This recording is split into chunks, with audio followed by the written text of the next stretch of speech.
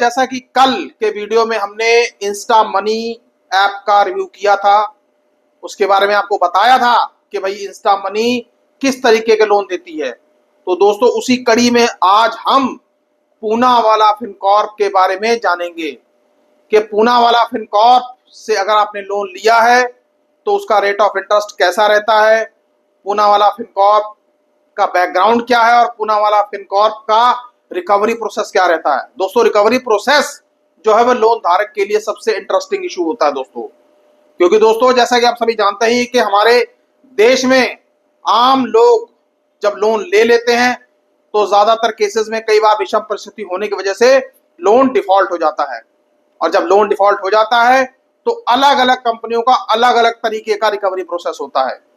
अब दोस्तों इस वीडियो में हम ये जानने की कोशिश ये करेंगे कि भाई पूनावाला फिनकॉर्प से अगर आपने लोन लिया है और कहीं गलती से आपका लोन डिफॉल्ट हो गया है तो पूनावाला फिनकॉर्प का रिकवरी प्रोसेस आपके लिए कैसा रहता है, लीगल प्रोसेस जो है पूनावाला फिनकॉर्प का कैसे रहेगा या कैसे रहता है, कोर्ट केसेस ये कहां करते हैं और इनका सेटलमेंट प्रोसेस कैसा रहता है दोस्तों। तो दोस्तों इस वीडियो को पूरा देखिए, आपको समझ में आ जाएगा कि पूनावाला फिनकॉर्प के बारे में एक्चुअल में क्या चीजें मैटर करती है। दोस्तों वीडियो में आगे बढ़ने से पहले मैं आपसे दो बातें कहना चाहूंगा। लोन डिफॉल्ट हो गया है तो बिना किसी बात पर विचार किए सबसे पहले प्रायर लीगल नोटिस जरूर दीजिए, अपने एडवोकेट के थ्रू दिलवाइए। खुद वकील नहीं बनना है, अपने वकील साहब से दिलवाइए, क्योंकि प्रायर लीगल नोटिस आप सभी के लिए यूं कह लीजिए इस फाइनेंशियल ईयर में एक बहुत ही इंपॉर्टेंट टूल बनने वाला है दोस्तों। और दोस्तों दूसरी बात, अगर आपके पास पैसा आ गया है तो आप कंपनियों का पैसा लौटा दें, भले सेटलमेंट करके सही, पैसा लौटाकर अपने अच्छे नागरिक होने का धर्म निभाइए। दोस्तों हमारे प्लेटफॉर्म के द्वारा भी इस बात की वकालत कभी नहीं की जाती कि आप कंपनियों का पैसा ना दें या रख लें। हम हमेशा कहते हैं कि लोन लिया है तो पैसा दीजिए और कर्ज मुक्त लाइफ जीने की कोशिश करिए दोस्तों। खैर दोस्तों बात करते हैं पूनावाला फिनकॉर्प की। पूनावाला फिनकॉर्प दोस्तों एक एनबीएफसी कंपनी है, देश की जानी मानी रिप्यूटेड कंपनी है। कई सारे लोन्स ये देती है, अनसिक्योर्ड लोन हो, कंज्यूमर ड्यूरेबल लोन हो, बिजनेस लोन हो, हाउसिंग लोन हो दोस्तों, कार लोन हो, कई तरीके के लोन्स पूनावाला फिनकॉर्प कंपनी देती है। अब दोस्तों जहां तक इनके रेट ऑफ इंटरेस्ट की बात की जाए तो रेट ऑफ इंटरेस्ट जैसे और रेप्यूटेड एनबीएफसी कंपनीज का है, थोड़ा बहुत इनमें फर्क हो सकता है दोस्तों। 18 से लेकर 24% तक इनका रेट ऑफ इंटरेस्ट रहता है। और दोस्तों इनका प्रोसेस ये रहता है कि आपका आधार कार्ड और पैन कार्ड लेकर आपका सिविल स्कोर चेक करते हैं, अगर आप एलिजिबल हैं तो आपको विद इन 24 आवर्स जो है पैसा आपके अकाउंट में आ जाता है। और दोस्तों उसके बाद ईएमआई का प्रोसेस कैसे रहता है, ईएमआई का प्रोसेस आपका ईसीएस मैंडेट ये लोग ले लेते हैं और एक तयशुदा डेट पर आपकी ईएमआई डिडक्ट हो जाती है। तो दोस्तों पूनावाला फिनकॉर्प देश की एक रेप्यूटेड जो कह लीजिए एनबीएफसी है, इसमें कोई शक नहीं है, आरबीआई के द्वारा लाइसेंस शुदा है, मतलब एक जाना माना नाम है दोस्तों। लेकिन दोस्तों सबसे इंपॉर्टेंट बात क्या रहती है, रिकवरी प्रोसेस। जो लोन धारक जो जानना चाहता है कि सबसे ज्यादा होता क्या है कंपनियों का रिकवरी प्रोसेस, तो दोस्तों सबसे इंपॉर्टेंट बात रिकवरी प्रोसेस के बारे में ही आज हम बात करेंगे। देखिए दोस्तों सबसे पहली बात तो यह है कि अगर आपने पूनावाला फिनकॉर्प से लोन लिया है और आपका लोन अगर डिफॉल्ट हो गया है तो पूनावाला फिनकॉर्प की तरफ से जो है आपको लगातार फोन कॉल्स आते रहेंगे, आएंगे शाम को आएंगे, मतलब अनलिमिटेड कॉल्स आते रहेंगे। हालांकि दोस्तों आरबीआई की कुछ गाइडलाइंस लागू होने की वजह से अब शायद कंपनियों ने फोन करने कम कर दिए हैं, लेकिन आप ये मानकर चलिए फोन तो ये करते ही हैं, लगातार फोन कॉल्स करेंगे। लेकिन दोस्तों धीरे धीरे जब आपकी एक ईएमआई से दूसरी ईएमआई बाउंस हो जाती है तो इनके रिकवरी एजेंट भी आपके घर पे आना शुरू कर देते हैं। अब दोस्तों यहाँ पे सबसे पहली बात तो यह है कि अगर इनके लोन रिकवरी एजेंट आपके पास आते हैं तो आपने सबसे पहले क्या करना है, रिकवरी एजेंटों से आपने वही तो 3 सवाल पूछने हैं कि भाई आपका आईडी कार्ड कहाँ पे है, आपका होम विजिट और ऑफिस विजिट का लेटर आपके पास है, क्या आपके पास डीआरए का लाइसेंस है या आपके पास कोई अपना पर्सनल आईडी है। अगर दोस्तों इनमें से कोई भी चीज नहीं है या मिसिंग है तो आप उससे मिलने से मना कर सकते हैं। अब दोस्तों पूनावाला फिनकॉर्प के बारे में एक बात और बता दूं कि कई के जगह पे ऐसा देखा गया है कि ये लोग इतना ज्यादा खराब व्यवहार करते हैं कि लोन धारक की इज्जत की धज्जियां उड़ाकर रख देते हैं। दोस्तों कई सारी कंप्लेंट्स लगातार इनके खिलाफ आती रहती हैं, कई सारी कंप्लेंट्स या कई सारे नोटिसेस कंपनीज को जाते रहते हैं कि भाई ये पूनावाला फिनकॉर्प के जो रिकवरी एजेंट्स हैं ये जो है सही व्यवहार नहीं कर रहे। हालांकि दोस्तों इस तरीके की शिकायत लगभग हर कंपनीज में रहती है कि लोन धारक रिकवरी एजेंटों से परेशान रहता है, लेकिन सवाल यह रहता है कि आपको क्या अपने आरबीआई के जो अधिकार है क्या वो मालूम है। अगर आपको अपने अधिकार मालूम है तो आप इनके रिकवरी एजेंटों से निपट सकते हैं।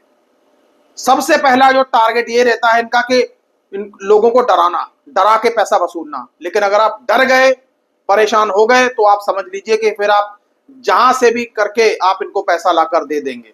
और दोस्तों लोग ऐसा करते भी हैं।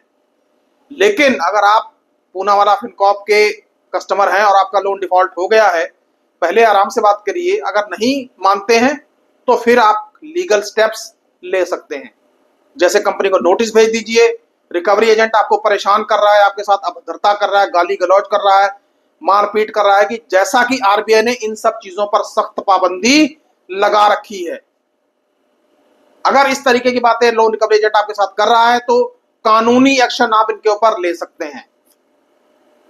और दोस्तों नंबर 2, पूनावाला फिनकॉर्प और कंपनियों की तरह आपको लीगल नोटिस भी भेजता है, चाहे सेक्शन 25 के हो, आर्बिट्रेशन के हो या और कई तरीके के नोटिस हो दोस्तों। लेकिन आपने अपना बचाव कैसे करना है, इनके हर नोटिस का जवाब आपने अपने वकील साहब के द्वारा दिलवाना है। वकील साहब से हर नोटिस का जवाब दिलवाइए तो दोस्तों आप मतलब ये कह लीजिए कि कानूनी शिकंजे में जल्दी नहीं फंसेंगे। अब दोस्तों सबसे इंटरेस्टिंग बात यह नंबर 3 कि पूनावाला फिनकॉर्प के ज्यादातर केसेस कहां होते हैं। दोस्तों पूनावाला फिनकॉर्प के ज्यादातर केसेस होते हैं कोलकाता कोर्ट में। आपने अक्सर कर देखा होगा लोगों को 316 318 के प्री कॉग्निजेंस के नोटिस आते हैं, सम्मन्स आते हैं दोस्तों, या जैसे पेमेंट्स एंड सेटलमेंट एक्ट के केसेस हो वहां के भी सम्मन्स आ जाते हैं। लेकिन ये केसेस ज्यादातर कोलकाता में ही करते हैं दोस्तों। ये ऐसा इसलिए करते हैं ताकि आपको हरासमेंट हो सके। आप अगर किसी और शहर में हैं या किसी और राज्य में हैं तो वहां पर आप कलकत्ता आइए और इनकन्वीनियंस को झेलिए, और इनकन्वीनियंस को झेलेंगे तभी आप कंपनी का पैसा लौटाएंगे। ये एक कंपनी की स्ट्रेटजी है। तो दोस्तों आपने करना क्या है कि अगर पूनावाला फिनकॉर्प ने कोलकाता में जो केसेस किए होते हैं 316 318 सेक्शन 25, कुछ नहीं करना आपने। सबसे पहले आपका अगर लोन डिफॉल्ट इनके से हो चुका है एनपीए के बाद, सबसे पहले इनसे सेटलमेंट की बात कीजिए दोस्तों, क्योंकि पूनावाला फिनकॉर्प जो है वो बहुत जल्दी और बहुत अच्छे रेट्स पे सेटल कर देता है दोस्तों। और मैं आपको बताता हूं कि हमारे कई सारे ऐसे क्लाइंट्स हैं जिनके 18-18, 16-16% पे पूनावाला फिनकॉर्प से लोन सेटल हुए हैं। लेकिन दोस्तों उसका एक लीगल प्रोसेस होता है। आपको अपने वकील साहब के साथ पूरी ट्यूनिंग मिलाकर चलना होगा, तब जाकर आपका जो लोन डिफॉल्ट है वो लोन सेटल हो जाएगा। आप पूनावाला फिनकॉर्प के कर्ज से बाहर आ जाएंगे। या तो 2 ही रास्ते हैं दोस्तों, या तो ईएमआई टाइम से पे कर दीजिए, और अगर नहीं पे कर पा रहे हैं तो फिर लोन सेटल कर लीजिए। लेकिन सेटल कब होगा, एनपीए के बाद या फिर राइट ऑफ के बाद। कैसे होगा, आपके वकील साहब की मदद के द्वारा। दोस्तों अगर आपके पास कोई वकील साहब नहीं है या आप लीगल सर्विसेज देने वाला आपको कोई नहीं है तो आप हमारे प्लेटफॉर्म पर आ सकते हैं। हमारे प्लेटफॉर्म पर आपकी पूरी की पूरी सहायता की जाएगी दोस्तों। और पूनावाला फिनकॉर्प पे लोन एक बात तो है कि आसानी से सेटल हो जाता है। तो दोस्तों लोन डिफॉल्ट अगर हो गया है पूनावाला फिनकॉर्प का तो घबराने की जरूरत नहीं है। पहले प्रायर लीगल नोटिस दीजिए, उसके बाद जो भी इनके लीगल नोटिस आ रहे हैं उनके रिप्लाई देते रहिए। और फिर सेटलमेंट का प्रोसेस स्टार्ट करके लोन सेटल कर लीजिए दोस्तों। तो दोस्तों ये था पूनावाला फिनकॉर्प का रिव्यू। आप पूनावाला फिनकॉर्प के बारे में क्या सोचते हैं कमेंट बॉक्स में कमेंट करके हमें जरूर बताएं। दोस्तों पूनावाला फिनकॉर्प से आपने लोन लेना है या क्या करना है, ये सारा का सारा डिसीजन आपका है। हम आपको बिल्कुल भी ये नहीं कहते कि पूनावाला फिनकॉर्प से लोन लीजिए या ना लीजिए, क्योंकि दोस्तों हम जो रिव्यू कर रहे हैं वो हमारा अपना रिव्यू है, हमारा खुद का लीगल रिव्यू है दोस्तों। ये ठीक है दोस्तों, आज के लिए इतना ही। एडवोकेट राजेश कुमार को दीजिए इजाजत। सुखी रहिए, स्वस्थ रहिए। जय हिंद, जय भारत।